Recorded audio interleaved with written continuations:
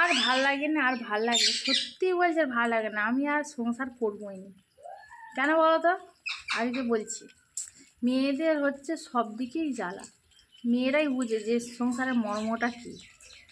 যারা যারা যারা ভিডিওটা দেখছো তারা অবশ্যই এটা অন্তত জানাবে যে মেয়েদের পক্ষে বলছি, যে মেয়েরা সংসার সামলালে কতটা কষ্টটা হয়।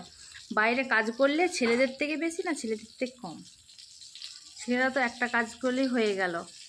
কাজ করে এসে তাকে গামছা দাও, তাকে তেল দাও, তাকে সাবান দাও, তাকে খেতে দাও, তার জামা কাপড় ধুয়ে দাও। স্বামী চর্চা হলো।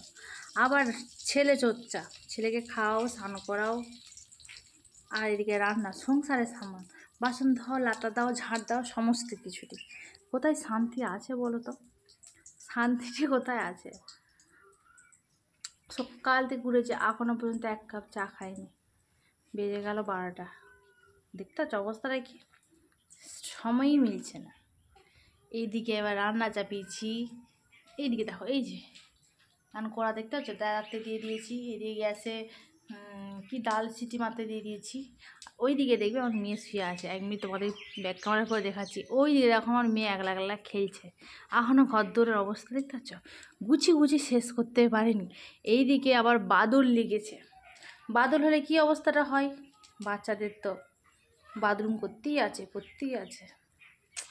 কি হালাত হয়ে গেছে। তাহলে বলো মেয়েদের কত কষ্ট। আর ছেলে স্বামীরা কি বলবে, কি কাজ আছে তোমাদের ঘরে, কি কাজ, শুধু খাচ্ছ আর ঘুমাচ্ছ তো। ঠিক বলছে না? স্বামীরা এটা বলে না? এবার আমার স্বামী অতটা বলে না, কিন্তু প্রত্যেকটা স্বামীও যখন বিরক্ত হয়ে যাবে তখন ওই কথাটাই বলে। তখন যদি একটা কাজ বাদলাও তাহলে বলবে, নাহলে বলবে না, তাই না?